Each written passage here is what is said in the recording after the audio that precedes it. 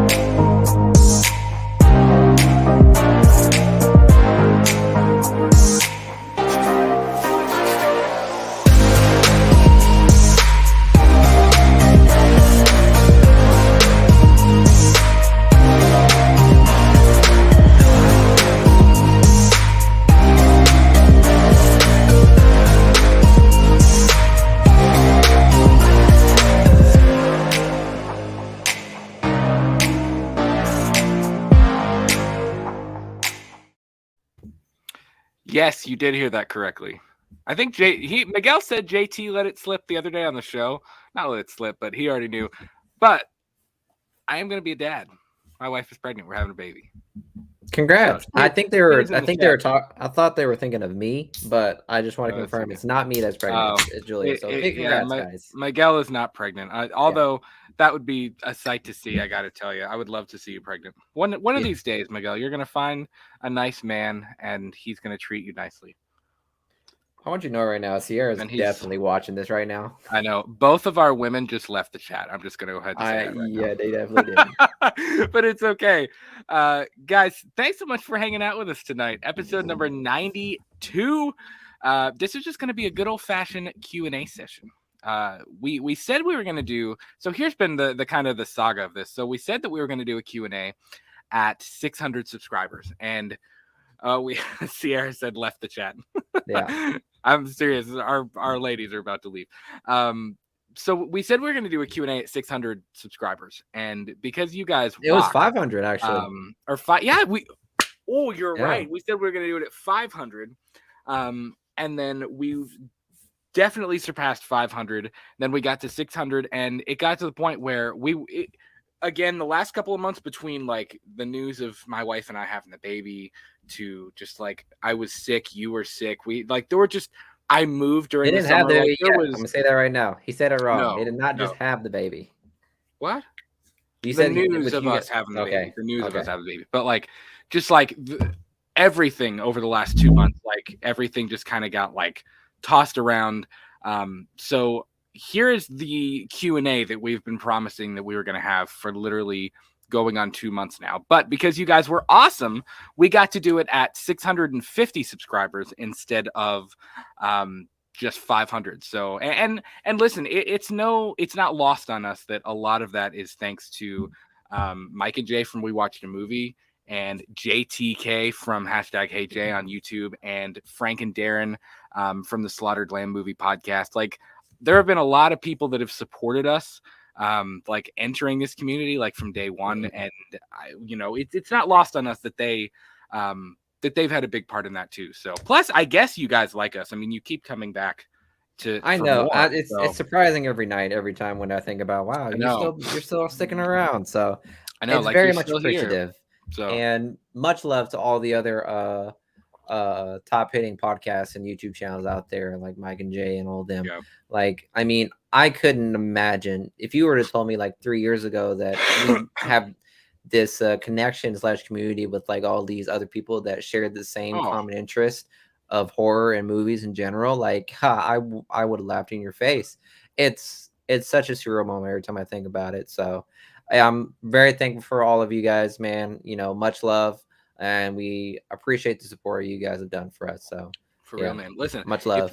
If you'd have told me about 3 or 4 years ago when I was sitting in Old Navy at 3:30 in the morning on the floor folding jeans in the women's section that I would have Mike and Jay on my own show, I would probably like piss my pants. I'm not gonna lie, because that was like, I mean, that was literally what I did. I would sit and listen to them and Dave McRae and all of these other great podcasters and YouTubers and content creators, and it's just kind of crazy, like, to think that, I don't know, to think that we're here and that we do this every week. Like, it's literally like, I don't know, it's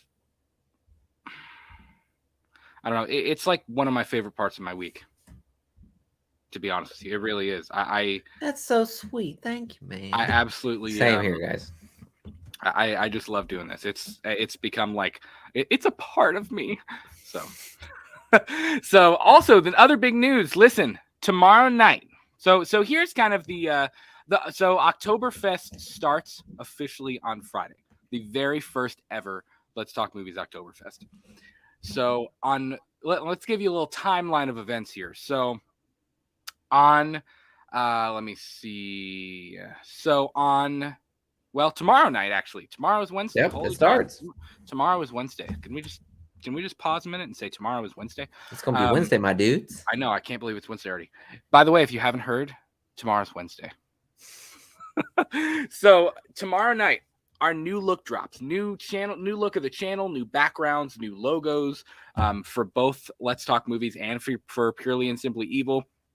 New look on Twitter and Instagram. New look at the channel. Like, things are changing. It's gonna look.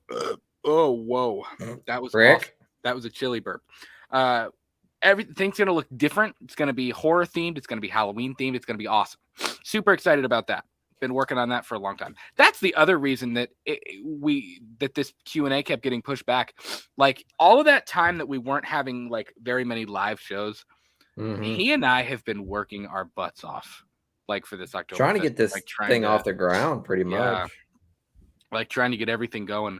But so tomorrow night, new logos drop, new look of the channel drops, whole new like rebranding thing going on. Thursday night, we may have a little surprise for you. I don't know what that was. But I don't know what it is. I don't know what that was. Just ignore me. I'm an idiot. But then Friday night, and this is already scheduled, so I guess I can kind of tease. This is only the lettering, but on Friday night, the brand new look and opening credit sequence of Purely and Simply Evil is dropping at 8 p.m. Eastern. And listen, that new intro, that new Let's Talk Movies intro that you just saw and that premiered last night, if you thought that was cool, you're not ready for this. Like, this Purely and Simply Evil intro is arguably the best thing I've like ever created for the channel. Like, it's pretty sick. And I would know. He sent me like over 12 different types of versions of it. No, I'm kidding. Well, I remember he did that on the first time he did like the openings, like the opening credits of like our live show for that matter. Like, he would send me like 2 or 3 or 4 different types of openers, like in a day, every other day. He was like, I got it. It's a new tweak. And the next tweak is like, it's like a couple seconds more of a slide. It's like, bro, what the fuck are you talking about? Yeah. Well, I don't know. I'm really excited for everybody to see that one. So, and that's going to be a premiere. So like, there'll be a live chat and everything. So 8 o'clock, set your alarms, set a reminder. It's scheduled right now. So like, if you go, don't click off of us yet. Please don't leave. Please don't. We love you. No, but if you go to the channel and you'll see it scheduled, just click the little notification bell reminder thing and the like button while you're at it. I mean, you're already going to be there. Just do it anyways, because might as well. You're already going to be there. But click that little notification thing, click the like button, and it'll remind you when that is. I'm really, really excited for you to see that. And then we are going to kick off the first new content for Oktoberfest on Saturday night. We are watching We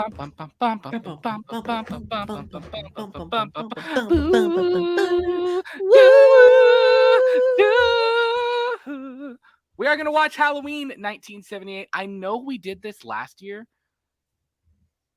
but whatever. We're going to do it again because listen, we were talking about that when we were making the schedule and we were talking about like all the content we were going to do this October for this Oktoberfest event. We were like, we did do a 78 watch along last year, but like, this is the end. Like, we're not going to get to do this again next year. You know what I mean? Like, this is the last time we're going to get to do this leading up to a film Halloween with movie. Jamie Lee Curtis. Like, not even a Halloween movie, but a Halloween movie with Jamie Lee Curtis. Like, this is going to be the last time we get to do something like that. And like, I don't know. It's just, I feel like there's no, I mean, let's be completely honest with you. Like, you got to watch them all. You got to watch the first one and 18 and Kills before you go see Ends. Like, it has to happen. Yeah, it just has to, Yeah. So, I mean, just super stoked about that. So that's a little preview of the rest of this week. Kind of what that's going to look like. New logo, new logos, new look tomorrow. Thursday, we have a little surprise for you. Friday night. I still don't know what it is. I know. I'm still doing it. Okay. I'm having my little pin strokes like Jay did says. There you go. Friday night, we're dropping that new Purely and Simply Evil intro. You do not want to miss it. Go set the reminder. And then Saturday night, we're going to have that Halloween 78 watch along. We will do 18 and Kills, but here's where we made the mistake. Last year, Miguel and I watched 1978 and Kills and 18 and had a little bit of Q&A in one show before the release of Halloween Kills. And I kid you not, it was almost a 4-hour show. And by the end of it, we were like, that's cool. We were like literally like falling asleep on each other on my couch. So we're going to switch things up and do it differently. So yeah, we'll space it out a little bit. That way, all of us were able to, rest our eyes and actually enjoy the movies that we're about to watch and not be half asleep. Because I know Sierra hates it when I fall asleep at the fucking movies. Oh, it is what it is. So, what's going on? Million Ideas. Nice to have you here, my friend. Yeah, my wife Julia said, "Oh, OMG, that was the best rendition of the theme song ever." You like that, huh? Yeah. No, now we got to do the shape stocks. I probably shouldn't keep doing this. Not with that face. It's pretty sus right there. Yeah, I shouldn't do that. It's probably not a good idea. So, by the way, real quick, if you got questions, throw them in. This is a Q&A session. Drop those questions in the chat. What the fuck is that? Is this CNN? The fuck am I looking at here, man? I mean, you live from coming at you live from Let's Talk Movies. Oh man, this is CNN. By the way, I've seen some people. I almost stopped on my way home from work, but I was like, no, I don't think they're gonna have it because Miguel and I actually just went. I'm gonna be straight up. We have a vlog. That's the surprise dropping on Thursday. So that's your little thing for everybody who's waiting. That's what it was. Holy shit! How did I forget about that? Jesus, that's how I didn't even know. Like sometimes he'd be saying things. Sometimes he'd be saying things and it just comes one ear and out the other. I swear, like my mind just be like, oh, we did a vlog. We did a vlog. Cool. This is why we had to write down the entire schedule for Oktoberfest because you'd be like, we're doing. I called this man. I said, bro, we need to write a schedule down. Cause I swear to God, every single morning it feels like I took a Valium or something like that. Like I'm just gone for 12 hours of the day. So yeah, I'm glad we did the schedule. It's hilarious how I totally forgot what happened in the schedule so far. So I mean, still, nonetheless, let me know if I leave anything out of the equation or something like that. Yeah. Well, anyways, I almost stopped on my way home from work, but I was like, no, I'll give it a few more days. So people are finally starting to find Halloween Ends masks in Party City. It's not. I don't believe any are in Spirit yet.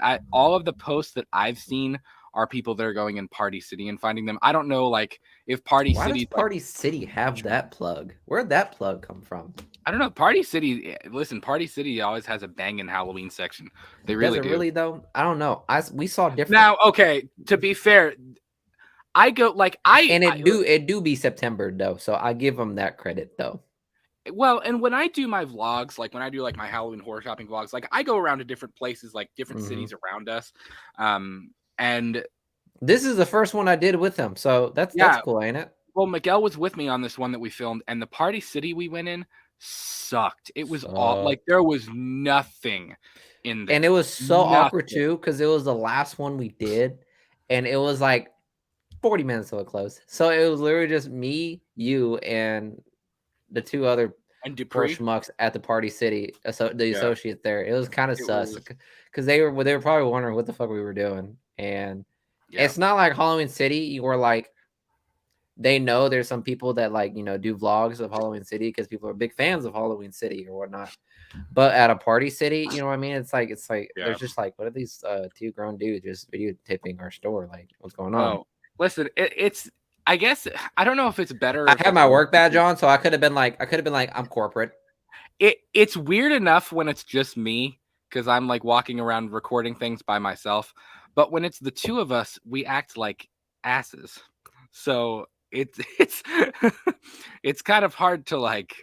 I don't know. I don't know which is worse: the one strange man alone, like walking around filming things in a store, or whether it's two grown men acting like complete fools walking up and down the aisles. I don't know which one. Man, we're just acting like kids, man. There ain't nothing better than going to we're not Halloween kids, City. that's the thing. Hey, you know what? In Halloween, anyone can be a kid. It's Halloween. You can dress up to whatever. Never mind. Quit. Pause. It's Halloween. Everybody's entitled to one good scare. Oh my god. I'm only beer. I'm only 1.5 beer in, and I already hate that fucking quote. I know, right? I feel like I wonder how many beers it would take for me to actually like enjoy that quote. To me, watch that movie, be like, yes, you fucking say it, Sheriff Barker. You know what I mean? I wonder how many that is. I don't know. We'll find out. Yeah. Derpy Gaming, what's going on, man?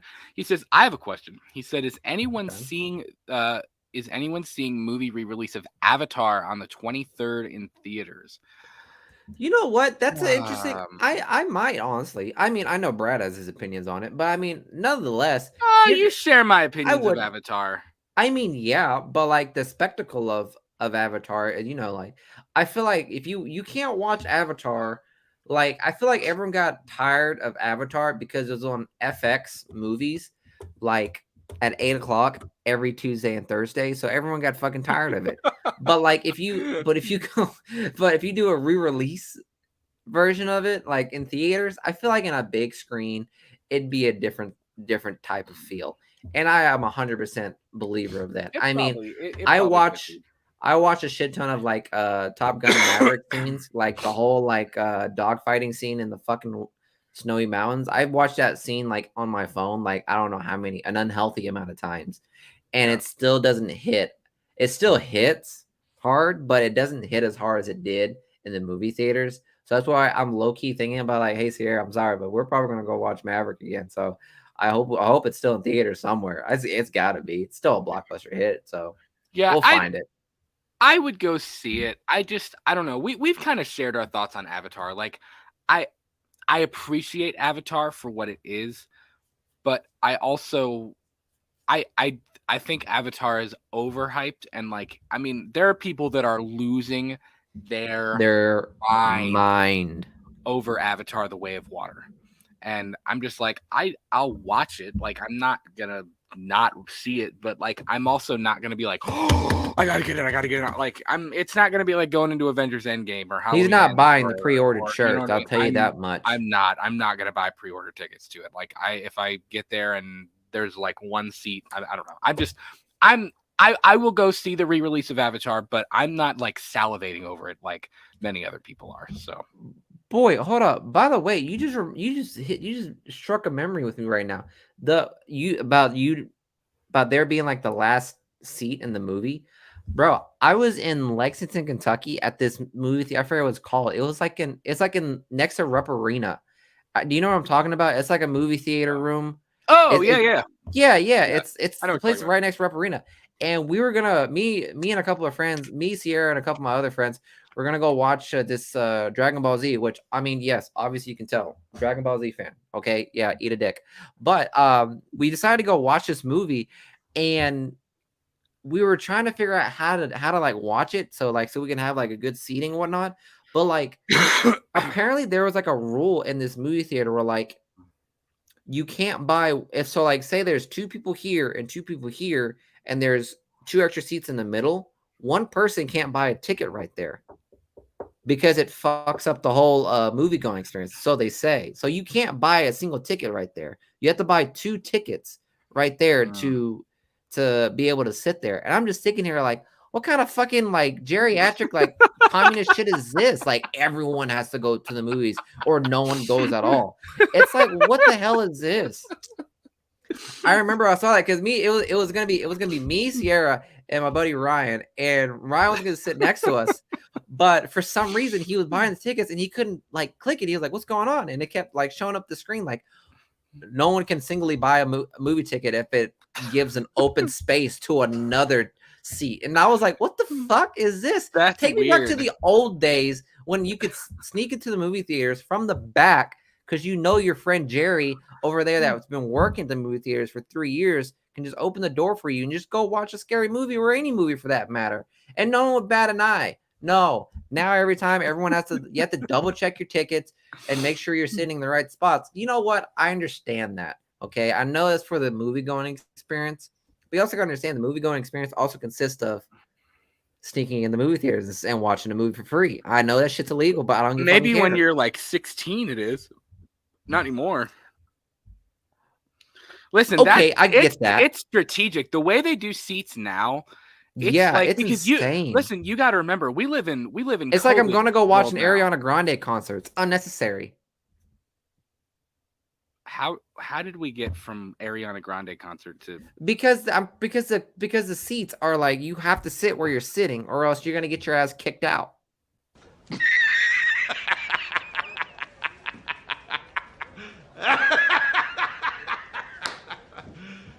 Are you serious? Well, that was the strangest. Oh, okay, I understand what you're saying.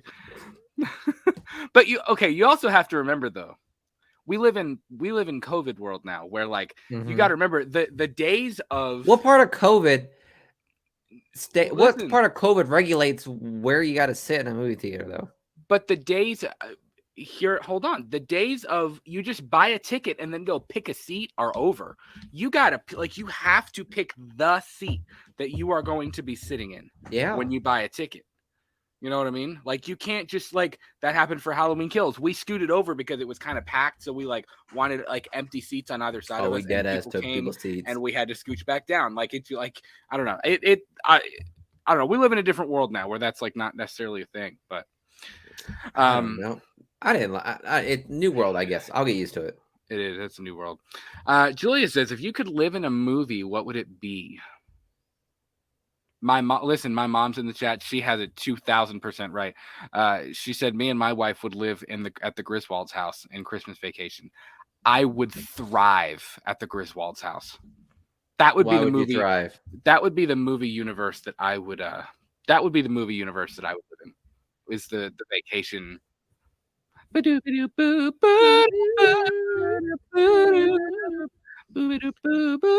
Vacation is such a fever dream for me. I like rarely remember it, honestly. It's my favorite movie of all time. It's literally there is no movie that I could possibly watch, including Halloween. And I know that breaks every follower we have like their heart, but I could watch Christmas Vacation. Like I do this. Like it's not that I do this. Like literally the movie will end and I will restart it and put it back on. Like it's the one movie that I can honest to God do that with. Like all my other favorite movies, Peter Jackson's King Kong, Halloween, Avengers Infinity War, Avengers Endgame, like all of my favorite movies ever. Christmas Vacation is the one that like I don't know, I adore it. Like it's my movie, man. It's mine. Hey guys, comment down below if you want me to do a movie trivia on Christmas Vacation against Brad. Oh, not me against him. I'd test him. I'd get my ass swiped, but I would like to test him. I would do it. I'd probably do it. I honestly, I think I'd do pretty well. Listen, when I was on Frank and Darren's show to do the Friday the 13th trivia, those other people mopped the floor with my face. I did awful. I was getting a pizza at Domino's, and Brad FaceTimed me. He said, terrible. "Dude, I was dog water in that thing. I was terrible." I was like, "Bro, listen, but you my horror guy though. We did this podcast because of horror, because you're my horror guy. What the fuck we doing?" I'm a big horror fan, but people were even in the comments, like in the chat, they're like, "That guy sucks dick." I was like, okay, I don't know what was playing on the TV when Jason killed so and so in Friday 3. Like, I don't know. You know what I mean? But, yeah. That's if you could live, like that's someone. I don't know if you could answer that. Damn, you've been watching that movie a lot. But that means that's why I feel like you could probably do well in Christmas Vacation trivia. We should do that. We should start doing trivia. It's another show idea. That'd be fun. Well, like I said, we have a book. I mean, we could, bro. I've been trying to plan this trivia versus game between me and Brad forever, bro. It's like pre-live shows. I've been trying to plan it. We have talked about that. He has still been blue balling me this entire time. Well, it's just trying to figure out how it would work, because like, I don't know. We just have to figure out the logistics of how it would work, because I do want to do it. It's not that that I'm blowing you off that I don't want to, but I definitely do want to do that at some point. So Miguel, if you could live in a movie universe, what would it be? Don't say Godzilla. If I could live in a movie universe, bro. Ew, why? That shit sucks. Can you imagine? Can you imagine going to your like tax accountant and you're just trying and you're like getting audited and shit, and then all of a sudden Godzilla pops out of nowhere? It's like, bro, I got the IRS on my back. Now I got a giant lizard literally staring me down. Like, no, that sounds terrible. So no, I would not want that. Like, can you imagine your car insurance policy? Like, you gotta have like a giant lizard deduction on like your fucking Volvo. You gotta get that G insurance. Yeah, that G insurance. I bet if I was in that world, I'm sure that insurance would exist. It's like the whole superhero thing. Probably. It's like, how do you tell your insurance agent that Superman threw your car at Darkseid and, you know, it didn't do anything, but now you're sitting over here with a broken car face. You know what I mean? Yeah. But nevertheless, sure. Let me think. If I had to live in a movie world, if I had to live in a movie, what would it be? What would it be? Hellraiser. No, I'm kidding. What would it be? Jesus, Mary and Joseph. Jaws. Good God. Why all these ones that hurt, dude? Why do you want me hurt? Shit sucks. I don't know. It'd probably be like a Pixar movie if I'd say, man. This shit looks dope. Monsters Inc. sounds pretty dope because it sounds so cool. Blue collar, and I'm such I kind of come from a blue collar family. So, and also I just want to hang out with Sully. I feel like I could clock in with Sully and Mike Wazowski at a full-time job in a factory. I feel like I can actually do that. And I feel like the three of us could have a great dynamic. I feel like you could continue the franchise with Mike, Sully, and myself, and Boo if she ever decides to come out of that fucking closet, and we could just chill out and make another great movie. So I'm just saying, like, it sounds pretty dope. I'll be honest. Listen, it'd be fun to hang out with Billy Crystal and John Goodman. Like, that'd be a fun time. I would enjoy that. Yeah, right. I feel like dope. I feel like they're two really cool dudes to hang out with. So, listen, if I was in the Monsters Inc. world, though, I would probably be fired because I always think it's the coolest thing at the end of that movie when they're going in and out of doors, and it's like they're in Hawaii, they're in a big city, they're here, they're there, and it's like different like universes or whatever. Like, I don't know. I think that's really, I don't know. I would be fired because I'd be going in and out of all the doors, like visiting around the world. So I'd be fired. But I mean, it's not JT. Hey Jay, what's going on, man? I appreciate you sticking around here. Give us a good question. JT, I want a good question from you, dog. Like, let me know. Like, give me a hard-hitting question. Like, I want to get a good right cross to the face with your question. So hit us with it. Solid. Derpy says, he says greatest Christmas movie ever is Christmas Vacation. Since we're talking about Christmas movies in the middle of September, what's your top 5 Christmas movies? Oh, easy. Die Hard. False. Wrong. Yeah, my mom said she could list mine. Actually, I guess mine would probably be mine would have to be Christmas Vacation, obviously. Christmas with the Cranks, Home Alone.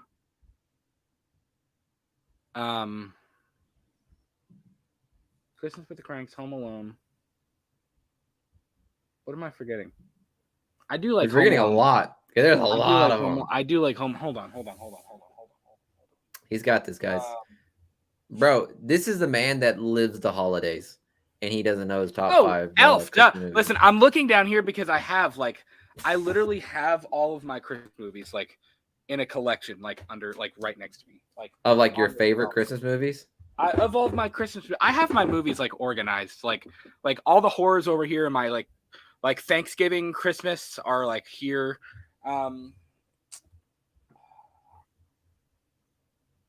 Honestly, it would probably be that. It would probably be Christmas Vacation, Christmas Vacation, Christmas with the Cranks, Home Alone 2, and Elf.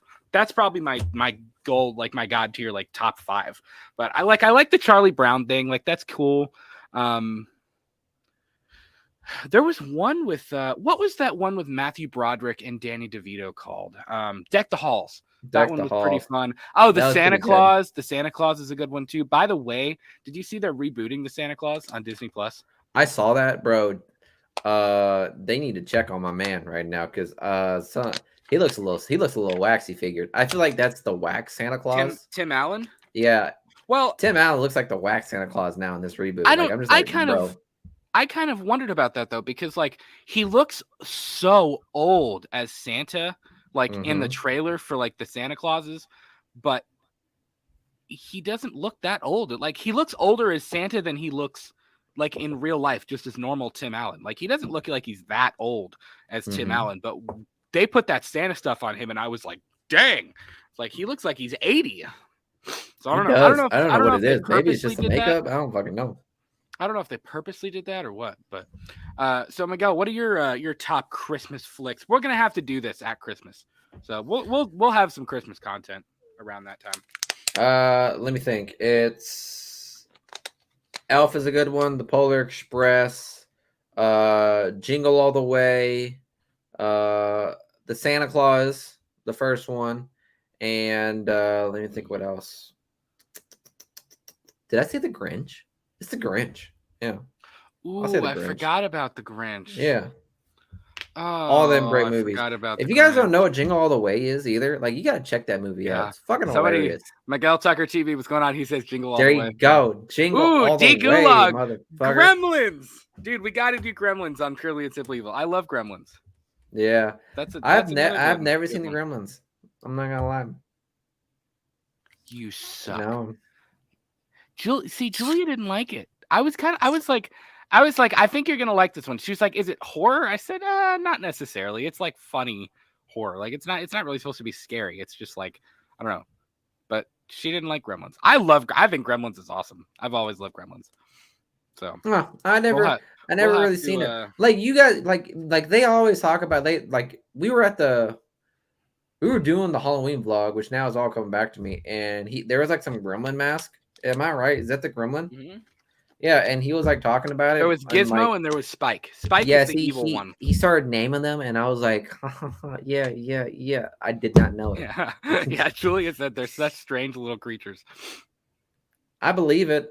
Well, I just never seen it. It's really funny because like Spike, the green one with like the white spike like in his hair at the top, like Gizmo, because Gizmo is like cute and sweet and funny. Like he's not evil like the rest of them are. But if you get him wet or if you feed him after midnight, then I hate you. If you get him wet or if you feed him after midnight, he like reproduces and like spawns all of the gremlins like out of him, and like they keep making more of them, but Gizmo's fine, but like every single time they like Spike comes in contact, or Spike just wants to kill Gizmo like for no reason, and every single time he finds Gizmo, he always does like a slow head turn, and he's like, Gizmo, and like the first time like the kid gets, I think his name is Billy, but like Billy comes up the stairs and they have Gizmo pinned against the wall and they're throwing darts at him. Like all the gremlins are like throwing darts at him. Like they're like douchebags to to Gizmo like for no reason. It's really I don't funny. want to watch that movie. It's like it's very Tom and Jerry-ish, I'd say. You know what I mean? It's like Cat and Mouse. A good movie. I love it. My mom said Home Alone 2 is the best sequel ever made a movie. That's true. That's 100% true. I mean, I don't know. Home Alone 2 is way better than the original one. The Dark Knight is better. Terminator 2 is better. The Godfather Part 2 is better. Like, there's a lot of that. I love how he compared Home Alone 2 to a bunch of like hard-hitting actions and thrillers. I know, right? That just goes to show how thrilling Home Alone 2 is, my man. Like Lost in New York can't get more thrilling than that. Terminator 2, The Godfather 2, and The Dark Knight are three of like the best movies ever made, and Home Alone 2 is up there with those. I'm just saying. Shawshank is up there with the rest of them. Yeah. Yeah, my mom said, don't forget Die Hard. I said that. That was the first thing I said. There are people that really think Die Hard is a Christmas movie. I can't do I just don't think that's true. I don't get it. I mean, like, I always wondered why Die Hard is a Christmas movie, and I'm about to look it up right now. And the reason why I know because why the Die Hard soundtrack is loaded with Christmas songs. Winter Wonderland, Let It Snow, Christmas in Hollis, and Ode to Joy, and are all on the soundtrack and make appearances in one form or another in the film. I did not know that. Yeah, but I don't know. All I saw was Professor Snape fall off a burning building. I don't know. I'll tell you, the Harry Potter films actually have a very Halloween Christmas vibe.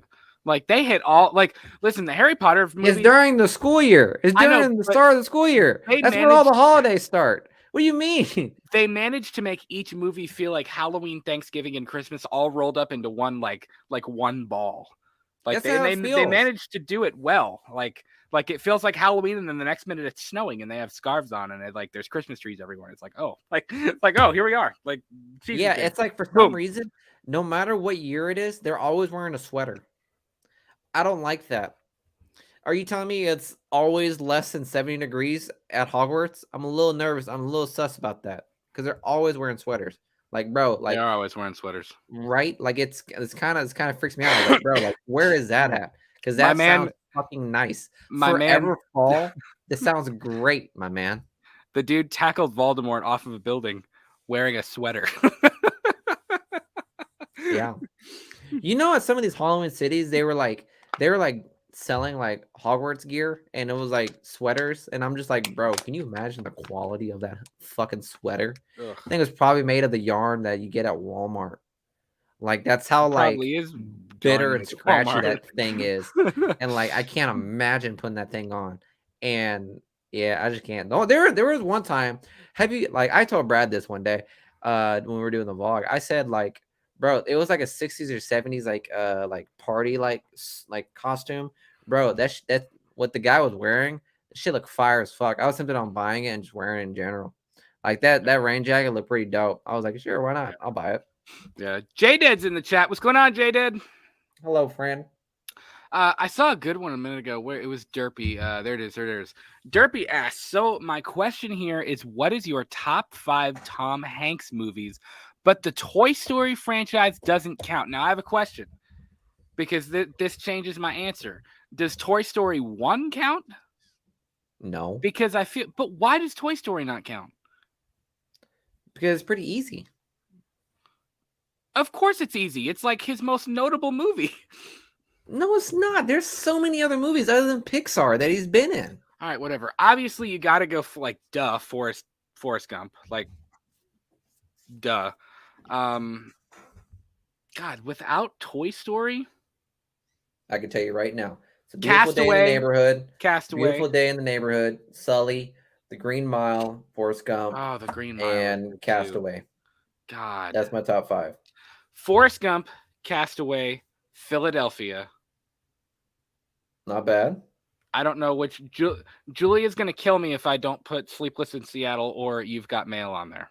Because she loves both of those movies. Bro, I don't know. You just remind me, Derpy. You just remind me. So I haven't seen Elvis yet. I haven't seen it either. My parents every said it's single fantastic. Every single scene Tom Hanks is in, he's got the fat suit on. He looks like he's looking in the inside of a microwave as he's heating up his donut. Like he looks like he's about to devour Elvis. Like he's like looking at him with infatuation.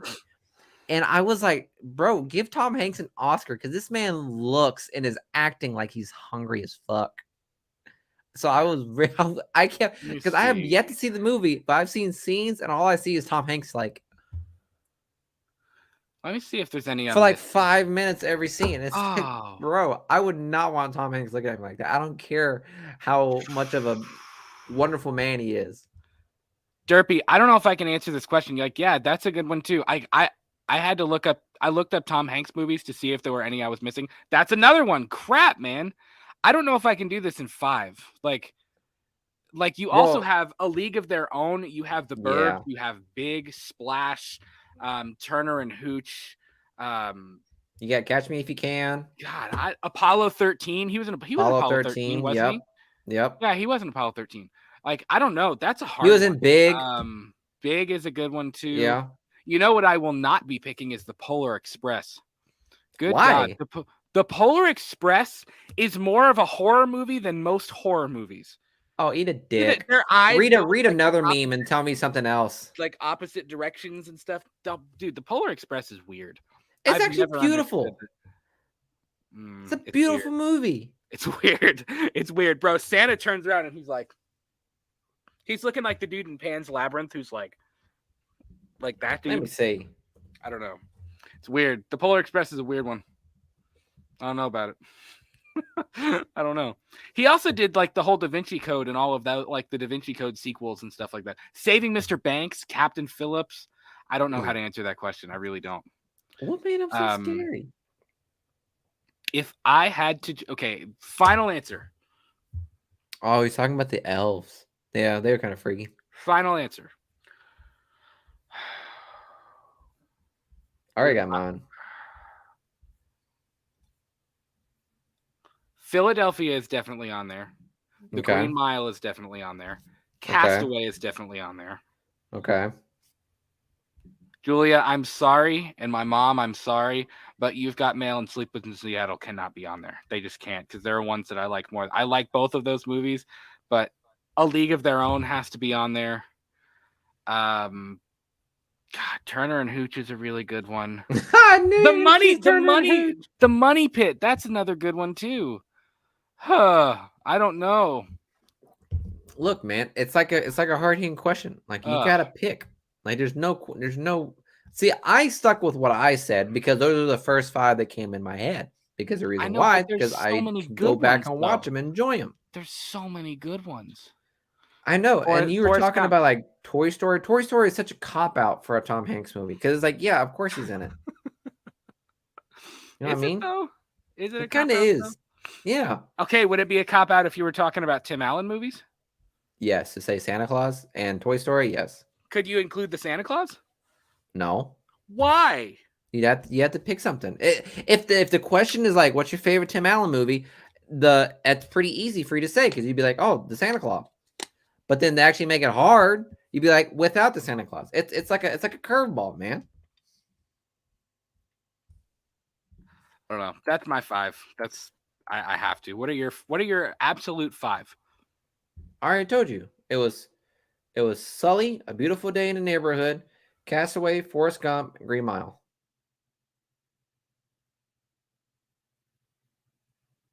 And I think I just disappointed Brad 10 times over. But that's fine. I hope it's like not him like losing service. What? And we're back.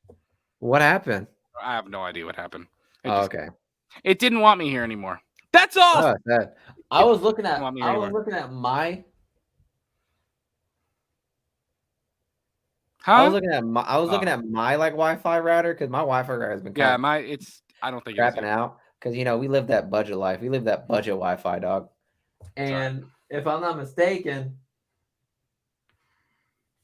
it looks like it's flashing. So that means it's kind of working and it's kind of not. So yeah, Jay, don't be surprised if I jump out either. I did that for dramatic effect. Also, yes, Jules, our Wi-Fi is working. She's upstairs, and it's okay. She saw Brad disappear, and it was just me. She's like, "Son of a bitch!" Not She again. But yeah, we're good. We're good. I'm back. Like, oh no, my Game of Thrones, my House of Dragon. Let's see. Yeah, I know. I'm sorry. She said Tom and Meg Forever. It's a good movie, but I don't know if I could. I don't know if I could put it in my top 5. Tom Hanks. I don't know if I could. Philadelphia is great. The Green Mile is great. Real quick, Derpy gave his top 5. It was Forrest Gump, Too Big, Captain Phillips, Beautiful Day in the Neighborhood, and Bridge of Spies. I don't know if I've seen Bridge of Spies. Honestly, I don't know if I've seen it. Isn't that like a Russian like spy kind of movie? I think it is. Know. If I'm not mistaken. I'm not sure.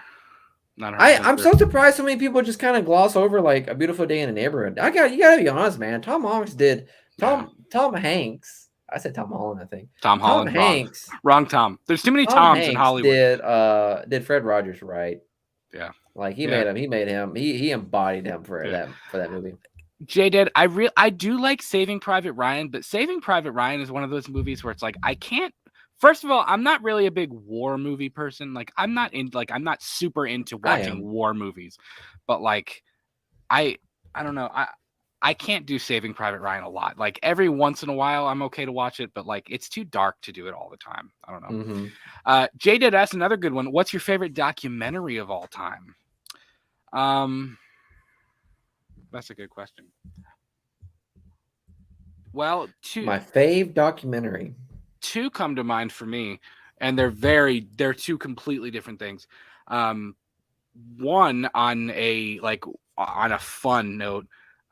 Never Sleep Again, the documentary about A Nightmare on Elm Street, like the franchise, that is one of the coolest documentaries of all time. Like just like the way it's set up, the way it's put together, like that's a really, really cool documentary. And then on a more serious and somber note, there's one called 102 Minutes or whatever that changed America, which is about 9/11. And that's a really, really good documentary. Like it's heavy. I mean, it's about 9/11, which we actually just had a couple days ago. But as I say that, that's very strange. It's 9/11 right now. Like literally as I say that, that's very pretty strange. Fucking eerie. Yeah, that's weird. But it's a somber one, but that's also a really, really good documentary too. So yeah, I forgot who does it. I forgot who does it, but like, do you remember like back when like? I think was it CNN? I guess CNN did a thing where like it was like they talked about like the decades. You know what I'm talking about?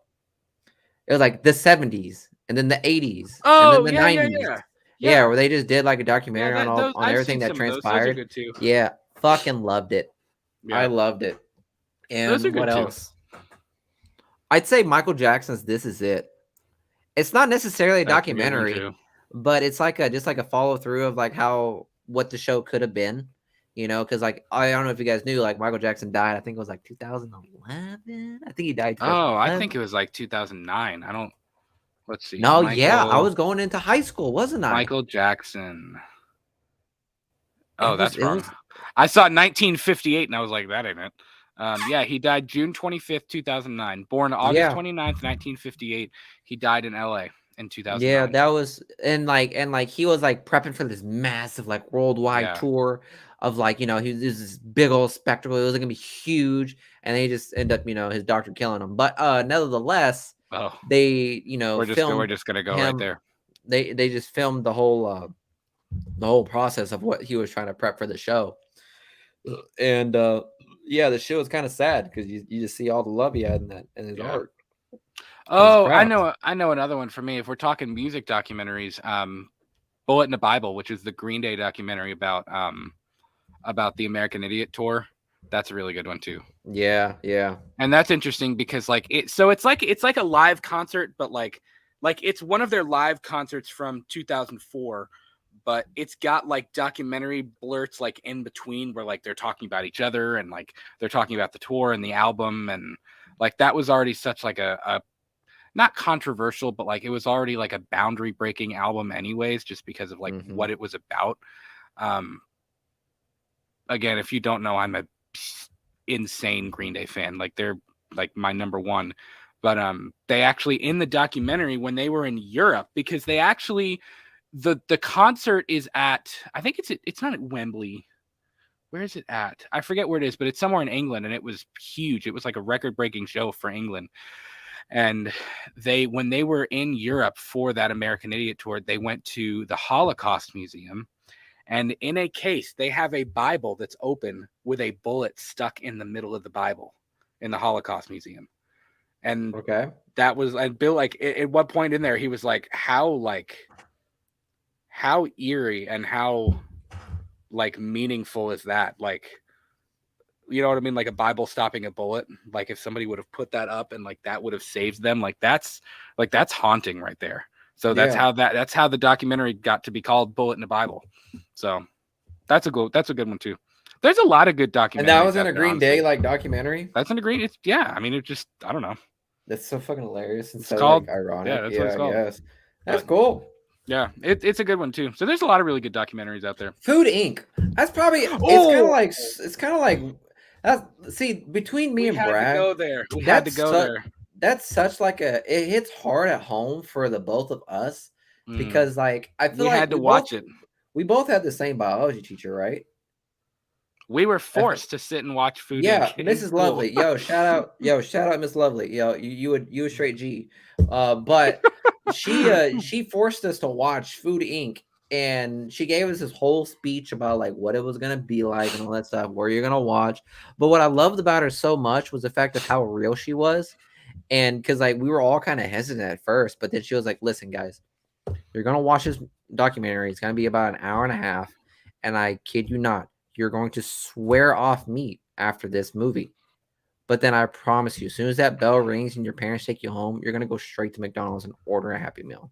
Listen, we were talking about that since then, and the second she said that, I said, "All right, put this fucking movie on because I'm ready to go." Well, it was just here's the thing: Food Inc. is about just like the food industry in America and how awful it could be, like with cattle and dairy and with the fast food industry and preservatives and what they put in your food, and you really don't ever know what you're eating. Which, to be fair, I think a lot of that, especially the stuff with cows and with dairy, has changed over the last decade. Like if you remember that movie came out, what was it called? Not Pure Life. What was that milk brand that got in trouble? Fairlife.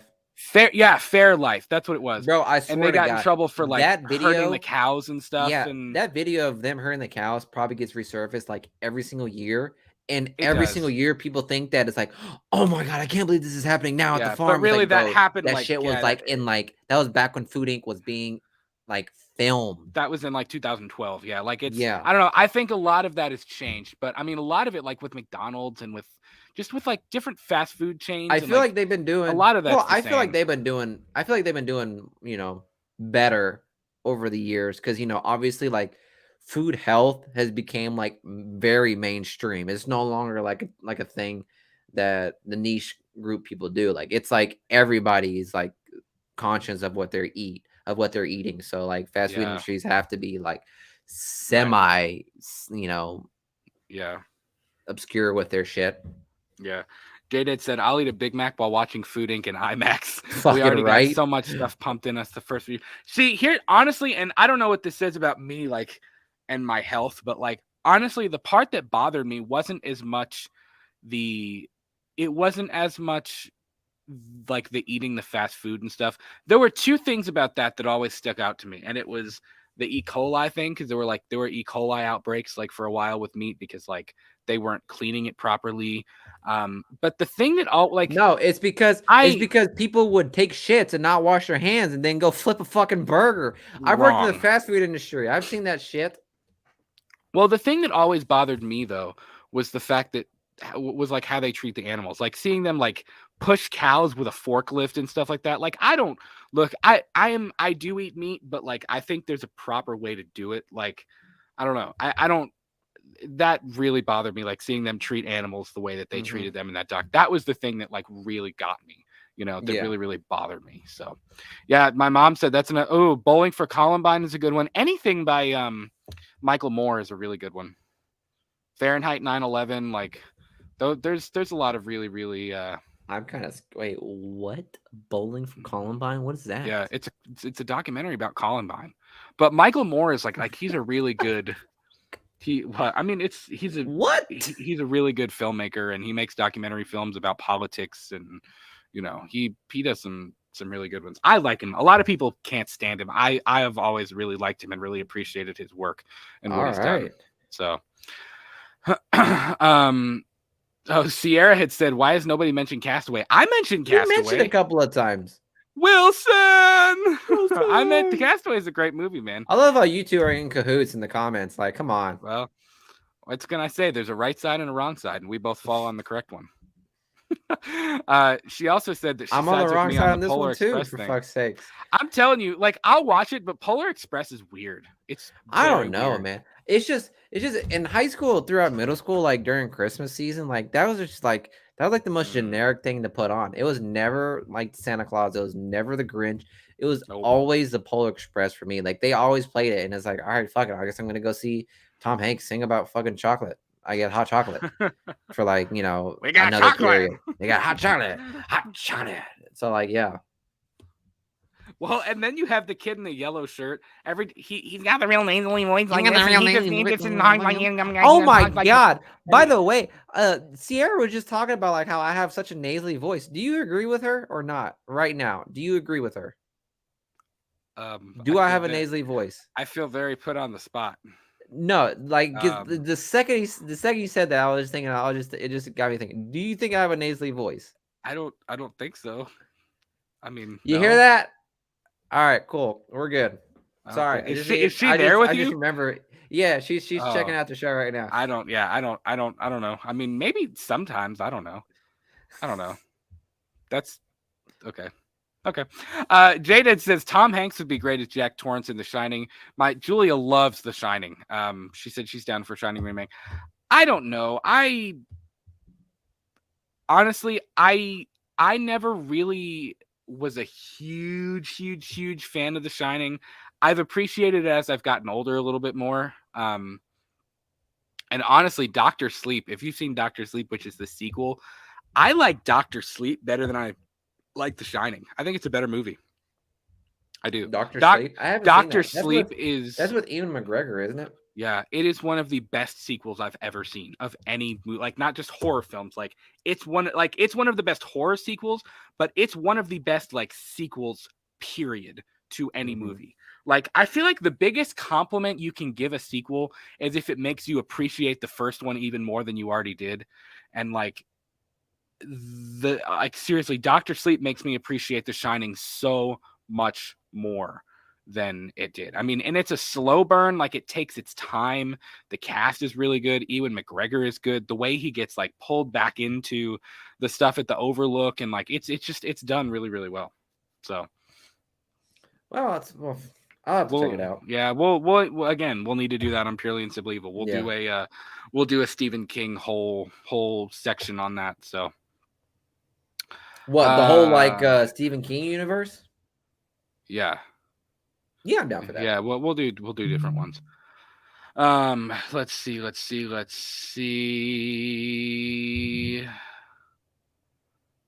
Seeing whether I've been going all over the chats. That's why I'm trying to get caught up now. By the way, thanks guys. 9 people watching. Leave us a like if you haven't already.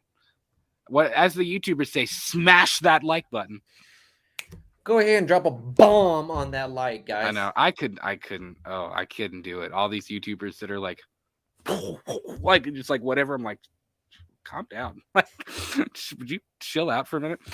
Sierra says, "What's one movie that you wish you could go back and unsee?" Ooh,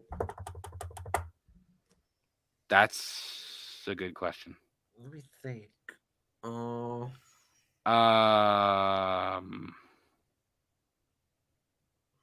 That's a big question. Because there's some movies that's like literally left my brain because I chose them to be because they were so fucked. So like I couldn't remember. I did exactly what you're saying. I kind of removed it from my mind. What movie am I thinking of? Tusk is one that comes to mind. Oh, I thought you were gonna say Elf. Tusk is bad. Elf. I like Elf. What are you talking about? Elf is in my top 5 for Christmas movies. I like Elf. I know but it just means that you'll be able to go back and watch it for the first time. It doesn't have to be bad. See, I want to erase Tusk from my memory. You're saying that like it doesn't have to be bad. I want to erase Tusk from my memory, but I also don't want to. Is that the one where the guy turned into a walrus? Yeah, where he was like, I'm not a torture porn fan, like, of that genre of horror. Like, I don't like that super grindhouse, like Tusk, the Human Centipede. Nope, can't do it. Don't have any desire. I've seen it. Don't want to ever watch it again. Hostel, like the Hostel films, don't like those. Even Saw, like, honestly, the first Saw is good because at least Saw has different. like decent. It has like suspenseful story writing at least to a lot of others. I think Saw works a little bit better for me because Saw at least has like the crime angle, like it's like a crime thriller mixed in with a horror film. But I don't know, like I'm not super in, like, I don't want to just sit and watch somebody get tortured for an hour and a half, and like that's, I don't know, like I'm not into films like that. And Tusk was kind of like that. Like when I got halfway through Tusk, like when he was like turning him into the walrus and stuff, I was like, why am I here? Like I'm just uncomfortable and I want to like go like take a shower. Like I just don't want to be here anymore, you know. It's just very uncomfortable and I don't like where I am. So Jaden said, speaking of Tusk, Clerks 3 looks awesome. Yeah, I don't know. Yeah, Julia didn't like American Psycho at all. Listen, I've shown Julia a lot of, and you know, Julia she likes Psycho, she likes The Shining. I mean, she likes a lot of horror movies, but she couldn't, like, she actually got up and left during American Psycho. What scene like was left it? the room. I wonder what it was. You know what scene it was. Was it whenever he started talking about Huey Lewis? No, it wasn't that scene. It was when he's got the 2 hookers or whatever in the room, and he's got the video camera and he's trying to pretend to be Paul Allen. He's sitting there trying to be Paul Allen. He's needing to return some videotapes. So actually, I had a good time watching that movie before. Like I like that one. I don't know why, but I do. It's more of a think piece kind of thing. You know what I mean? Like it's not over the top torture-y, but it's more of like, it's like a satire of like corporate America it's and supposed their to be desire funny, of being, you know. Yeah, like Julia said straight trash. She said straight trash. I wonder if you'd like it more if you read the novel. Honestly, that's a novel I wouldn't mind reading. Apparently the movie's nothing compared to the novel. The novel goes super hard, yeah. Like especially with like the sexual nature of him and like the weirdness of like and the you things guys talk Patrick about Bateman does. And you guys talk about like how books are better than movies. Like what the fuck are you talking about? Like look what you have to read through instead of look what I have to watch through. At least in the movies, you only got like maybe like 2 minutes of a scene. No, in a book, you gotta spend 10-20 minutes reading those fucking lines and like having to imagine that. Yeah. Rosalia says, don't watch Eden Lake if you can't take torture. What's Eden Lake? Let's see. Eden Lake. Hey, Rosalia, I want you to know, none of us, the 2 of us, have not seen Eden Lake, so that's why we're looking it up. Oh, that looks sus. That looks all the way sus. Refusing to let anything spoil their romantic weekend break, a young couple confronts a gang of lewdish youth with terrifying, brutal consequences. Nope. Nope. It's like I Spit on Your Grave. Like that's another one that's just like I don't know. That's a weird one. I don't know. I don't know. I might be interested. Look, Kelly Riley is in it, and Michael Fassbender are the couple. I like slashers.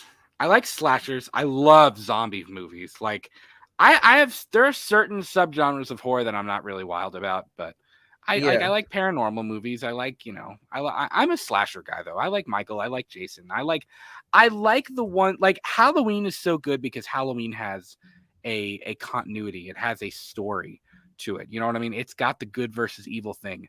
Elm Street is good because it's like fantasy horror. Friday is good because it's as much of a slasher as you could ever possibly be. You know what I mean? Like, yes, I don't know. There are some subgenres that I'm just not about. Like, I don't like the tortury, weird, like just try to make you gag stuff. I'm not about that. It just doesn't. I don't know. It doesn't do it for me. I don't know.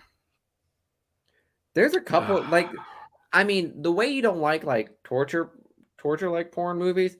I'm not particularly a fan of cult like horror movies. I really hate that shit. Yeah, I'm not gonna lie. Like Midsummer, like with Florence Pugh, even I though that was like actually a have breakout not seen movie, Midsummer. It's on my list of movies that I need to watch. I haven't seen it. fucking hate it. That movie with like I forgot what his name is. He plays Freddy Krueger. He plays Freddy What? Krueger, dude. He Robert plays Englund? Freddy Krueger. Who's Robert Englund? Yeah, Robert Englund. He was in a like a weird like cult like horror movie or He's something like in that. that? Yeah. He's in Midsummer?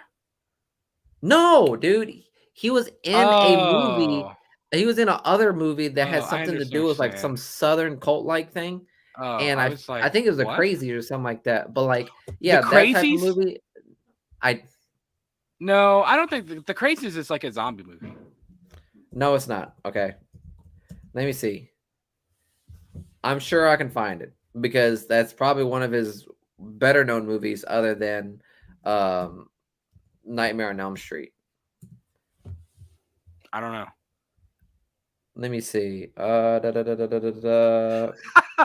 My mom said she would unsee Paranormal Activity, stupidest movie she's ever seen. Couldn't finish it. I feel like that was a movie that I was gonna choose too, but it wasn't necessarily Maniacs. That's what it is. Oh yeah, because I was gonna say I actually like the Crazies. I think that's a Wes, not the remake, but the original is a Wes Craven movie. I think. The 73. Let me see who direct. Oh, it was George Romero. Okay, I didn't know that. George Romero.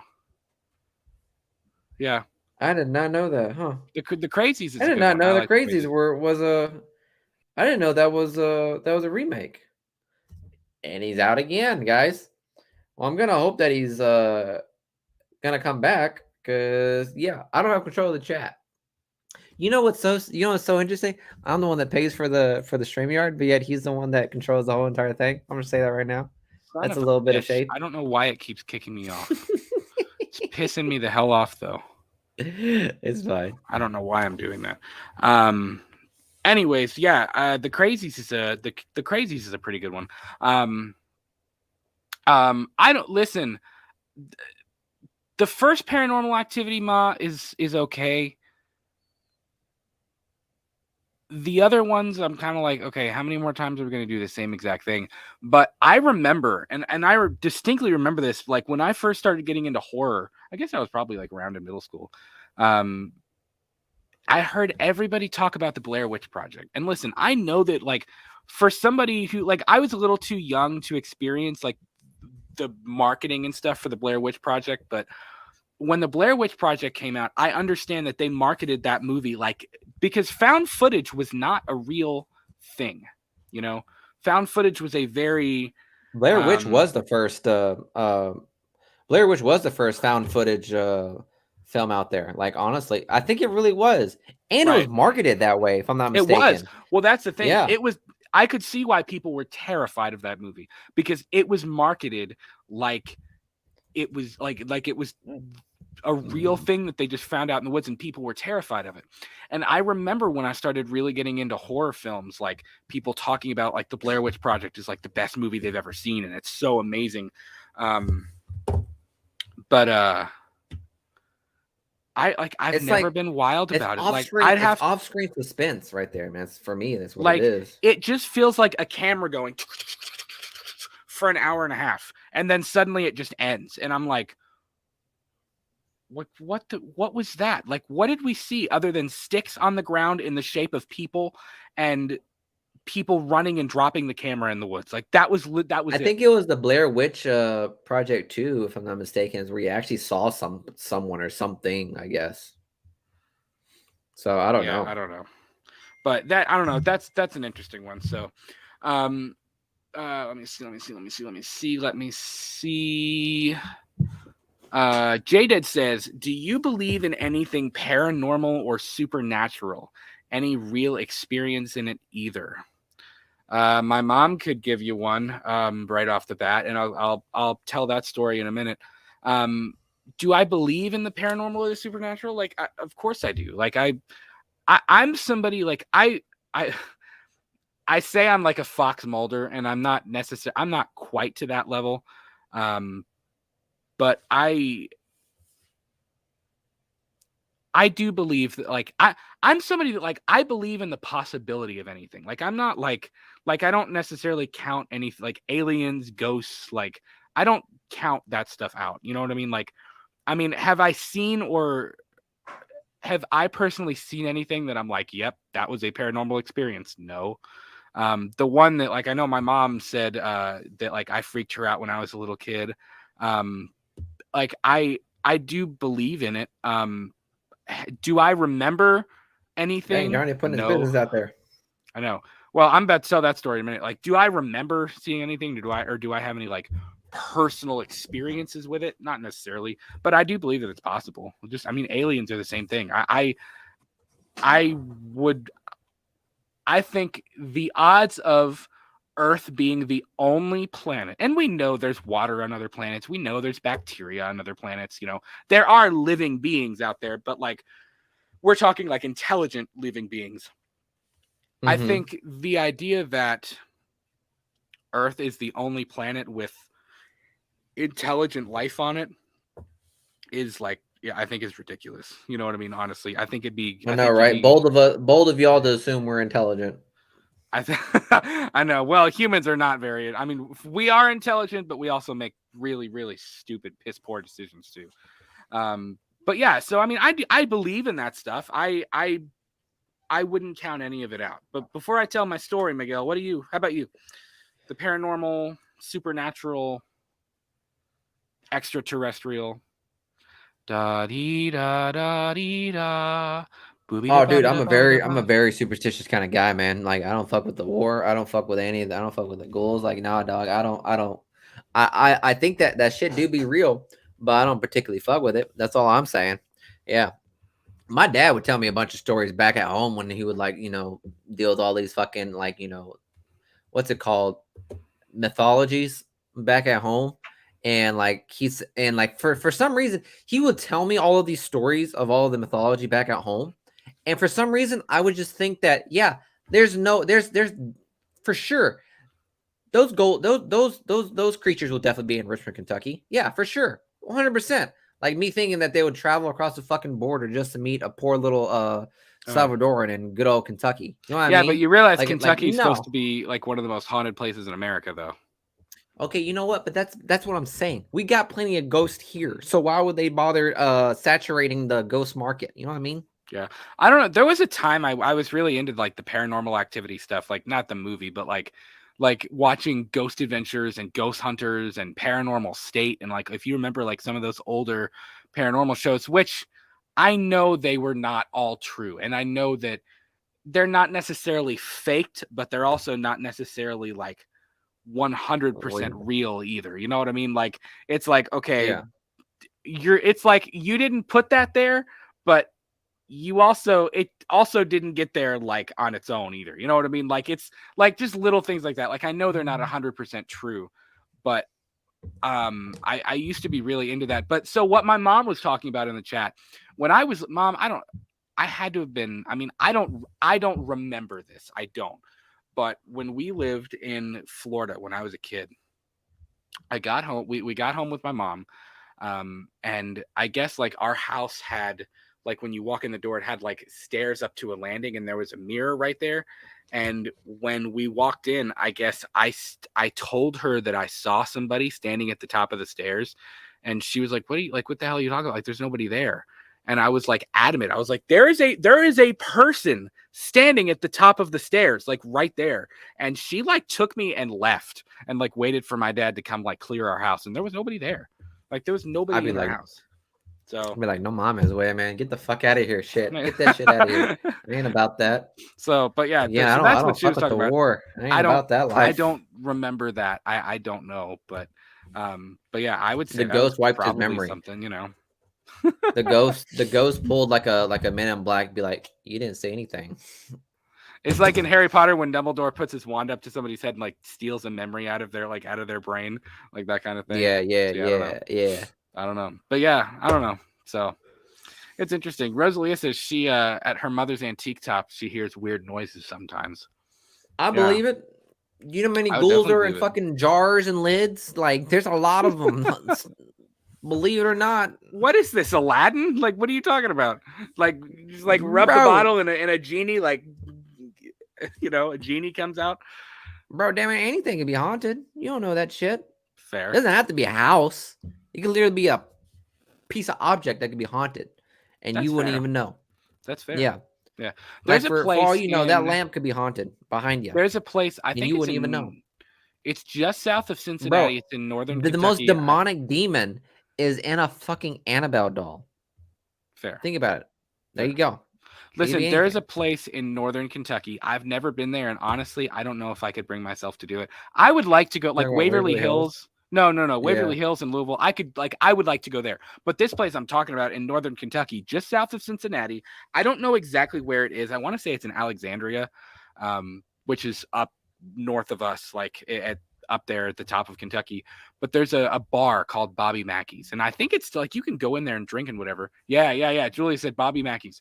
But all of the paranormal investigators, like on TV and like things I've read about it, a lot of like hardcore, like not even just the TV show people, but like people who really investigate that stuff, like have all said that Bobby Mackey's is the most demonic, darkest, like spirited place they've ever been in their life.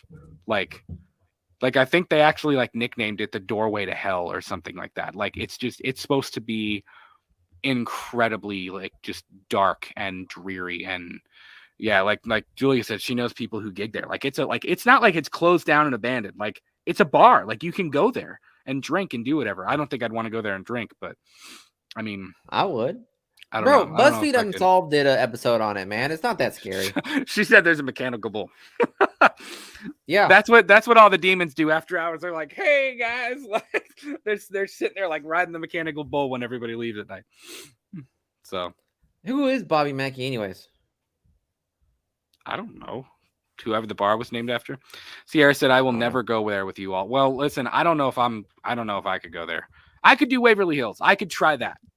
But I don't know if I could do. Hey, Julia, would you want to go there? Because it sounds like they don't want to go. I'm down if you're down. So let's do it. Sierra and I can go find something else to do. I don't know if I want to go there. And listen, I'm into that stuff. I like that stuff. And I don't know if I could do that. Like there's a line where it's like, I'm not going to bring something home with me. Like, because Bobby Mackey is alive and well. He's not dead. Yeah, but the Bobby Mackey's like of the bar. I don't know. It looks like I don't know. That's this guy named Bobby Mackey. 50 years of Bobby Mackey. Is that the same guy? Am I thinking about the same guy, guys? I don't know. I don't know Kentucky lore like that. Yeah. Bobby Mackey's Pub.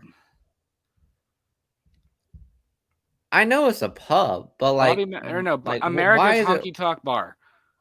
44 Licking Pike, Wilder, Kentucky. That's up north. Wilder, Kentucky. Yeah. Wilder, Kentucky. Let's see what the questions say. This is a great place for a night out. I love how when you look up Bobby Mackey, it's nightclub with live country music, line dancing, a mechanical bull, and regular ghost tours. It's like, golly, this bar's got everything. Yeah, supposedly one of the most haunted places in the world. Lots of demonic things.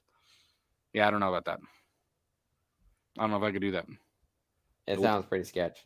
Nope. Yep. There's the website. My wife put the website in if anybody's really dying to know. If you want to go for it. Yeah, guys, go check it out. Yeah. Rosalia says there's an abandoned hotel in my town called the San Juan Hotel, which is very creepy.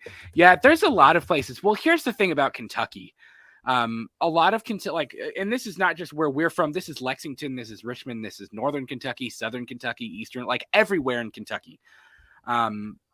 There are a lot of the buildings are older buildings that have been here for 200-300 years. And Kentucky, if you think about where the Civil War happened, like you had the South, you had the North, but Kentucky was kind of that like neutral zone where a lot of the bloodiest battles of the Civil War took place. So like like a lot of buildings, like a lot of people died in a lot of the buildings that are still standing and still being used for things. Bro, most of the old buildings out here were used as sick bay or like medical bay hospitals. Like Kentucky was a soldiers. very, very violent Civil War location because it was in the middle of the two. Like they would meet there to fight each other. So it was just so Kentucky has a lot of haunted history to it. There was actually a book. Where was I? Oh, in downtown Lexington at the Mary Todd Lincoln House. So Mary Todd Lincoln, here's your history lesson of the episode. Mary Todd Lincoln, who was Abraham Lincoln's wife, was from, I don't know if she was from there or if she moved there. Anyway, she lived in Lexington, Kentucky, like right downtown. Like, like the end, like our intro is literally like you could probably see her house in our intro, like in that zooming shot over the city. And what was I getting at? Oh, in the gift shop, there was a book called Haunted Kentucky, and it's just like all of these different locations in the state of Kentucky that are supposed to be like very haunted and things like that. So it's definitely here. So 100% it's there. Jaded says, I once saw what looked like two kids run across the road in front of me one night while driving to work. I hit my brakes and didn't see them anymore. Mentioned it to my boss later that night, and he asked where I was, and I told him a few miles before the road I turn on for work. He told me a woman drowned her two sons a while back in the lake on that road. Google Susan Smith, Union, South Carolina. Mind you, this was at 11 p.m. at night and in a rural area with no houses. That is friggin' terrifying. What'd they do? So J-Dad was driving to work and he saw two kids run across the road, and he blocked up his brakes, and he told his boss about it when he got to work, and his boss told him that a woman had drowned her two kids there.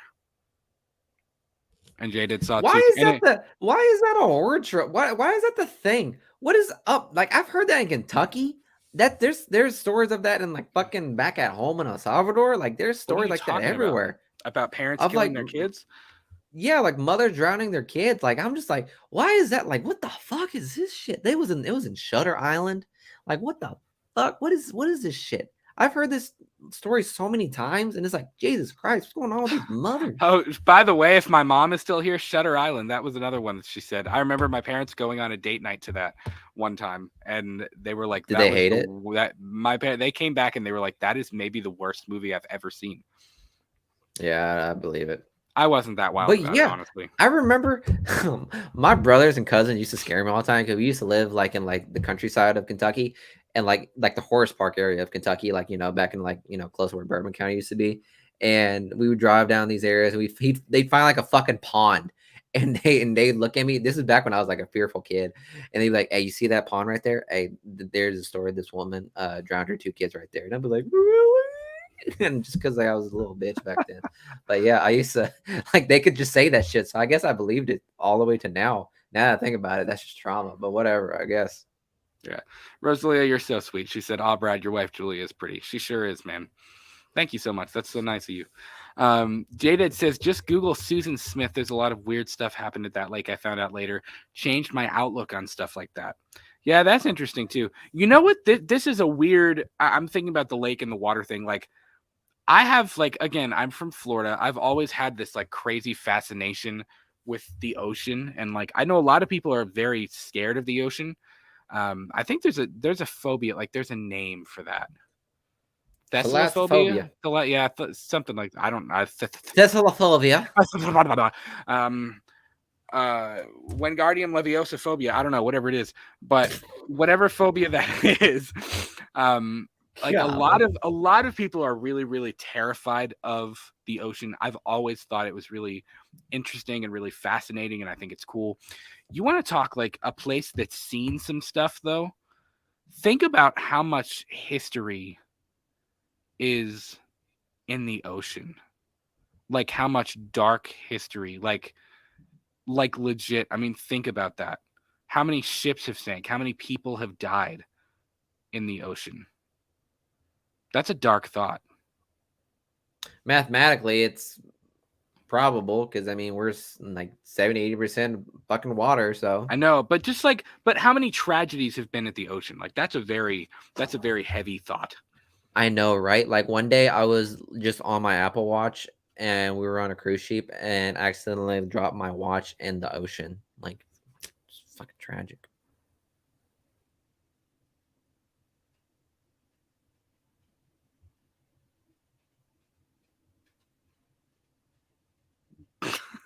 Okay.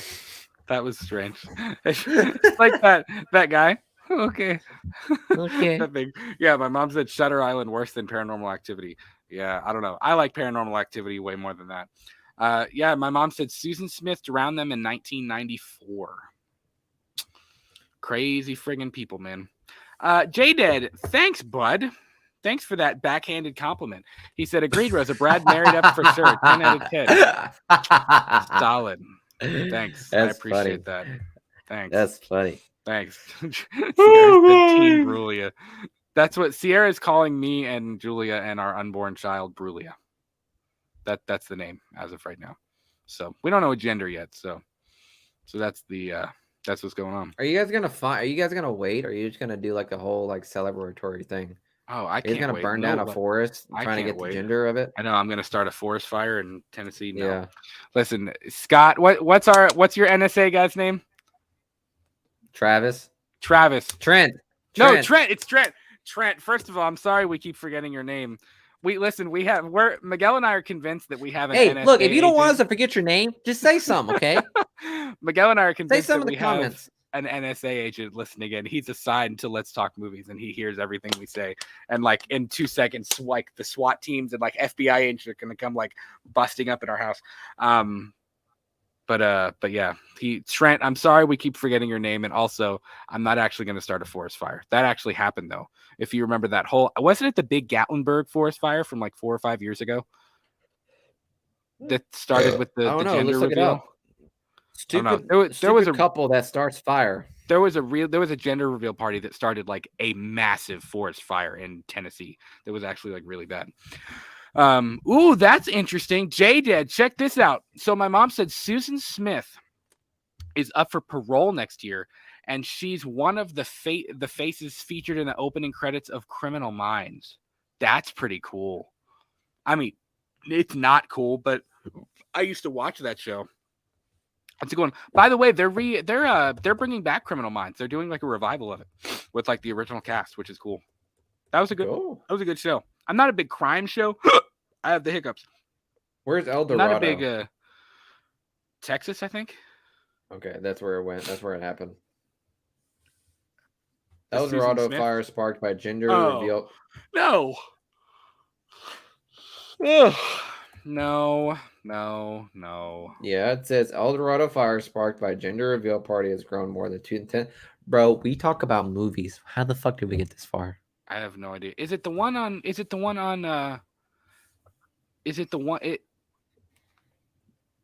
is it El Dorado, Texas, or is it somewhere else named El Dorado? Bro, all my exes live in Texas. It's California, dude. I'm surprised it's California? by that. I don't know. Whatever. I don't know. Yeah. J-Did said, who else here thought Brad and Miguel were a long-distance couple? Just me? Well, listen, we are. And when I got married and when... Borderline are. When Sierra and Miguel got together, it's just a thing at this point. Like, Miguel and I have to see each other at least once a month. And we're pretty much married. We're soulmates at this point. So, yeah, I think Sierra and Julia kind of accepted the fact that they're just riding third wheel to a lot of our gigs. They do. Yeah. Miguel and I like to shower naked together. And then he pulls some shit like that, and, and it makes Sierra question our relationship. No, I'm kidding. But we really do, though. No, Anywho, Robert England and Maniacs. Anyways, by the way, this Clerks 3 looks fucking great. It's like in Family Guy when something really awkward happens and Peter goes, anyways, ladies and gentlemen, Mr. Conway Twitty, and it cuts and it's like it'll play like an entire Conway Twitty song like in the middle of the episode. Are you serious? Oh, Sierra said, J-Dad, sometimes I'm still suspicious. But you shouldn't be suspicious because it's just like a known fact that Miguel and I are together. Like it's just like a thing. Because we're point, together doesn't mean you have to suspect. Yeah. J-Dead says, well, the shower comment just caused a massive unsub spree. Well, listen, we made it to 650. Now we're going to go back to 500. This was a nice ride. We'll see you guys never.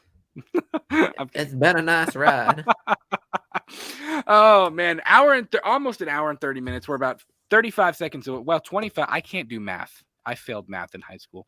We're about 25 seconds, now 20 seconds from a minute or an hour. J-Dad, that was like 6 right there. We're about 10 seconds now. 8 seconds, 7 seconds, 6 seconds, 5 seconds, 4 seconds, 3 seconds, 2 seconds, 1 second. Okay, here we go. We're at an hour and a half now that I can actually tell time. I'm a teacher. I'm just saying. and I was like 10, 20, 1,000, 10, 16, 14, 9, 12. We're about an hour and a half in. We'll go about 5 or 6 more minutes. If you've got final questions, throw them in the chat. You guys have been awesome. This has been a blast of a show. Really has been. We need to do this more often, honestly. We need to do like one Q&A. We said that in the last Q&A. I know. Well, because the first time we ever did a Q&A, like one person showed up and it was really like boring. But like when there's 10 or so people and multiple people in here and there's like lots of questions to go through and it's fun. It's fun. We like it when you hang out with us. Okay, it's boring when you don't show up. Your mom said Brad disappears again. Julia's removed him from the chat. That's funny. Oh man. Oh, Rosalia says, and Sierra's your better half, Miguel. Cool. I learned so much today. See, Rosalia, you're learning about everybody that follows us. My mom, Julia, Sierra, they're all related to us. So that's okay. But oh boy. Next week, Julia and Sierra live. Hey, listen. Hey, you two are still watching. If you guys want to, we'll give you the link. Have at it. Seriously, you guys are. See how that goes. Julia's been on before. Sierra's never made her Let's Talk Movies debut yet.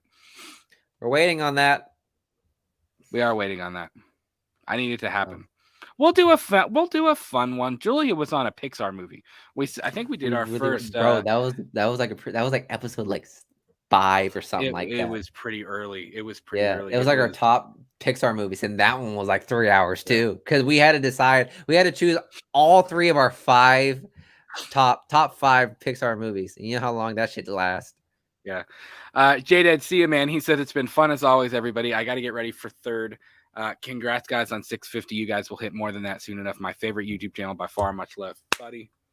Our moderator. Thanks, J-Dad. We love you, buddy. Our great moderator. You know what, Miguel? Real quick, in this last 5 minutes, let's take a walk down memory lane, shall we? Let's do it. What are we walking down memory lane? Hold on. I'm getting something pulled up on the other screen. As long as you don't choke to death. So let's go. Let's start back. Let's look at the play. Let's look at the playlist of episodes here. Let's start from our back. We're gonna go all the way back to the very beginning. Let's check it out. This will be fun. We're not gonna watch them, but we're gonna go back and look at some of our oldest episodes here. Episode number 1. Look at that old. Check out that old LTM logo. Bro, I remember when he sent that to me, and the both of us lost our minds. We're like, "This is it." I know, right? We're getting 1,000 subscribers on this first episode. We're gonna do great. We're gonna hit it big. Look at us now.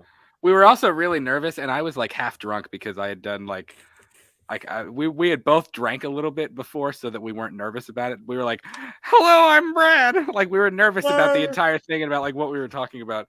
And it's funny because I remember like, dude, the 4th episode. So like we did number 1, we did 2, we did 3. That 4th one, do you remember how like long and drawn out that was?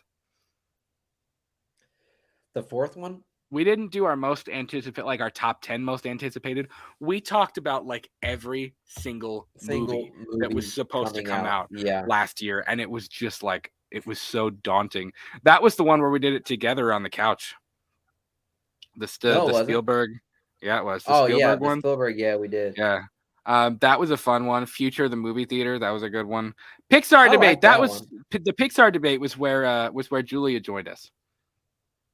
That was the one where Julia joined us. See, some of these concept ones, I actually liked them. I think we should redo some of them. I know. We actually I don't know. We had some really fun. We had some fun episodes. We really did. Yeah. We did an Instagram live on our. By no means check them out because they are absolutely dog water. Though they really I will say this, they're actually awful. They are not good. They're really, really bad. But the bad. topics were good. Yeah, I remember. Say that quality. Subpar, I'll say that. Yeah. But the concepts were good. Box office flops was your idea. That was an idea that you had. All of the fucking concept ones. I was really trying hard to think of them because these were just movie topics that I was always wondering, like especially during COVID, because like when COVID hit and we were talking about movies, we were like, bro, like what's gonna happen? Like we don't fucking know because we the both of us love going to the movies. Like we all like. As much as everyone loves going to movies, like I felt like me and Brad definitely connected on the fact because like we really loved the movies. We loved everything about movies and like how it was made, like the actors and like the stories behind it and all that other shindig. Like we loved it. So that's how we were able to connect so much on it. So I didn't really get to talk to much people about like all these concepts. Like, is Hollywood running out of ideas, or like these box office flops and what could have happened and like what happened in these box office, like what could have been the reason why it flopped or something like that. Right. So like it was nice to be able to talk to you about it. Yeah, it was. We talked Rob Zombie's H1 and 2. We talked about Resident Evil, what we wanted to see. Dude, this was a fun one. Do you remember that rant? We were like, Warner Brothers. What the and it cut to the end. And it cut to that was a fun one. That was a fun episode. The rant, our Godzilla versus Kong spoiler review. This was our first series we ever did. Talking about the 70s and the 80s and 90s. That was a fun one too. And you see, and that's why I see I'm consistent. My favorite documentary was like the decades, like the 70s, the 80s, and 90s. And guess what? We did one similar to it, and we talked about 90s movies and 80s movies and 70s movies. Because I just fucking love it.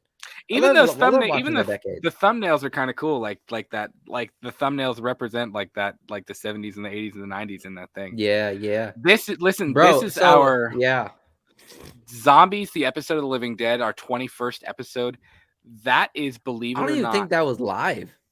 No, it wasn't live. And that is our most viewed episode, most viewed video. It's got like almost 15,000 views, I think, at this point. Like it was a little over 14, I think, the last time I saw it. And it's done incredible. But again, it felt, I guess, longer than it was. It was only an hour and a half. I mean, this show is longer than what that was. But it was a very jam-packed episode.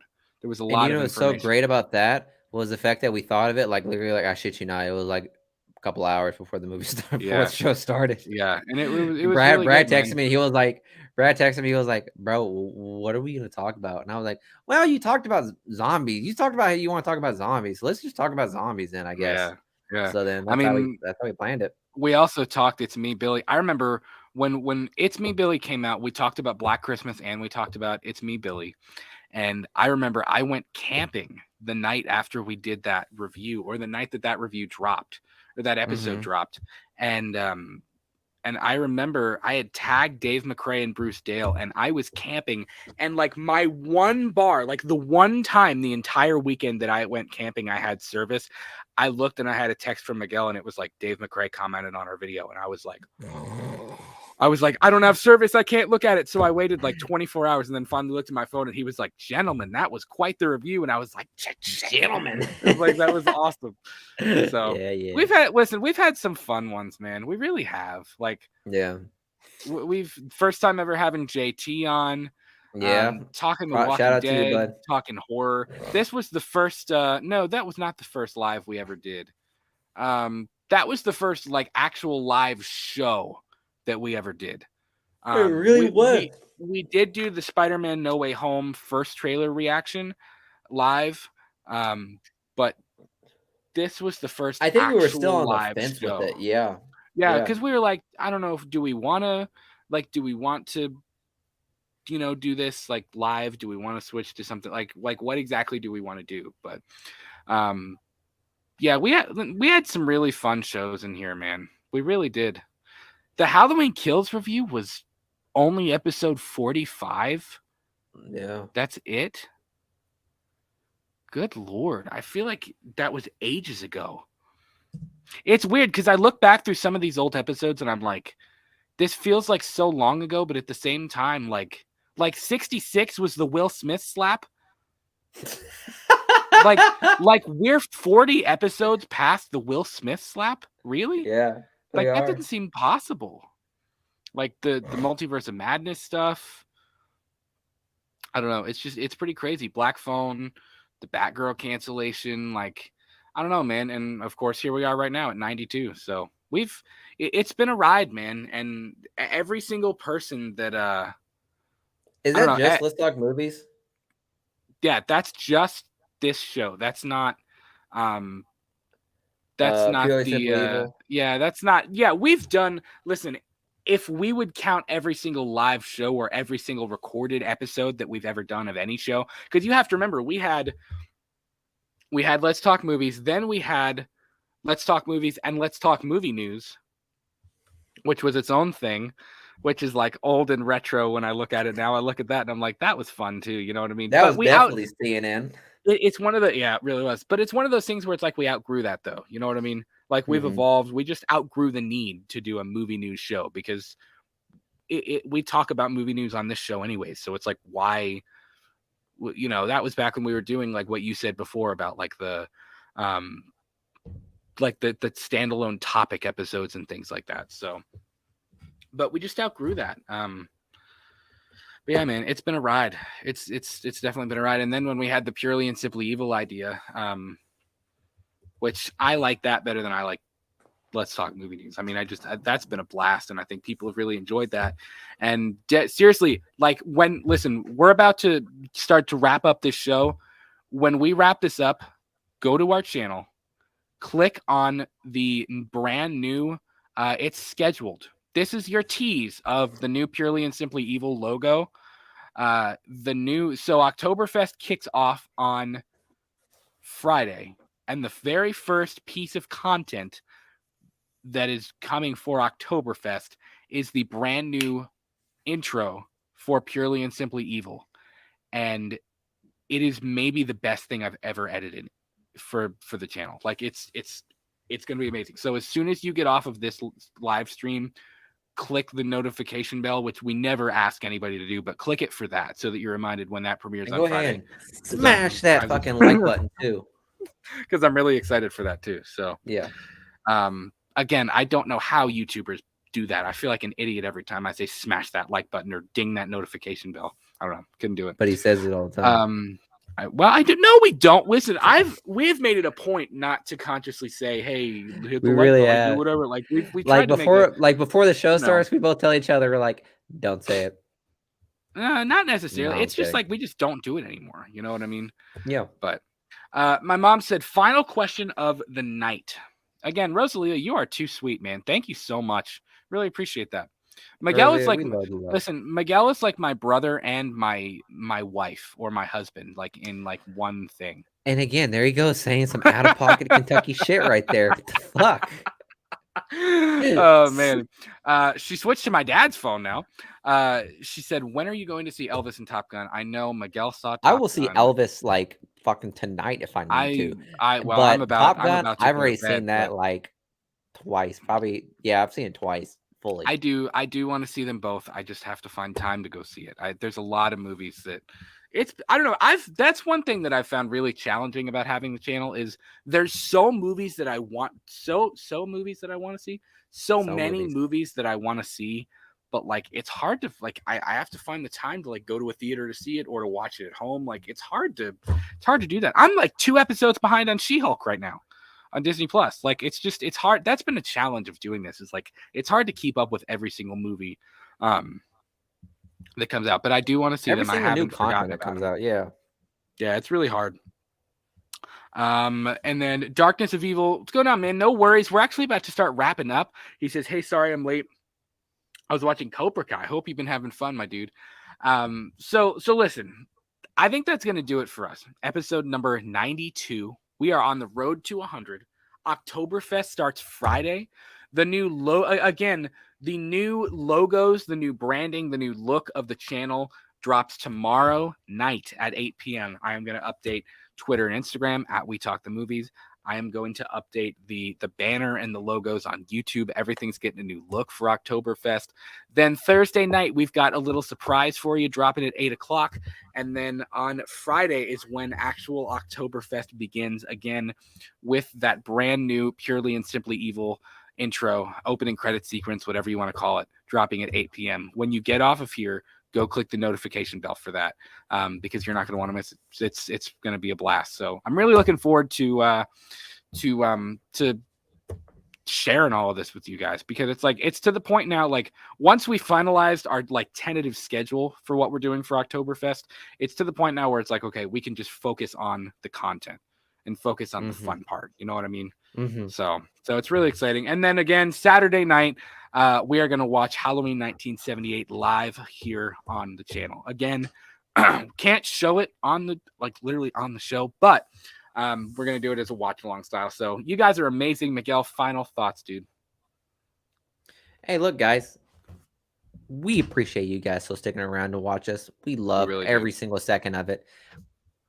When Brad brought up having to do live shows, I was so against it because I could not fathom the idea of being live on the show, and the I guess the anxiety of having to be live on the show and like start talking to an audience. But you know, I got all over that shit like within like the first episode. I end up loving this stuff. We love going live more than we do pre-recorded stuff. So like, and it all boils down to you guys. You guys end up showing your love, showing your appreciation, you know, interacting with us so that we have more people to talk to. And again, just opening this entire avenue that we have, this whole new world that I didn't think that I'd ever be able to be into, which is, you know, the YouTube world and like the podcast shows and all that stuff. So I couldn't be more world. By the way, that Ariel movie, the Little Mermaid, y'all need to chill out with that hate. Y'all need to chill out with that hate. It ain't that bad. But nonetheless, we appreciate the opportunity that you guys have bestowed upon us, and we will not squander it. We will definitely work hard to give you guys the content that you guys deserve. So much love. 100%. We're blessed. We're appreciative, guys. Thank you so much. New episodes of Let's Talk Movies and Purely and Simply Evil premiere every single week at 8 p.m. and 10 a.m. Eastern. We are on Twitter and Instagram at We Talk the Movies. Thank you guys so much for hanging out with us. Once again, always feel free to DM us. Always feel free to tweet or whatever at Instagram at We Talk the Movies. I don't know. I need to go to bed. I'm starting to slur my words like I'm drunk, which even though I'm not, I just drank tea. Again, new content tomorrow, new content Thursday, new content Friday, new content Saturday. It's going to be really fun. So we will talk to you guys soon. We love you. Peace. Happy 650. Peace.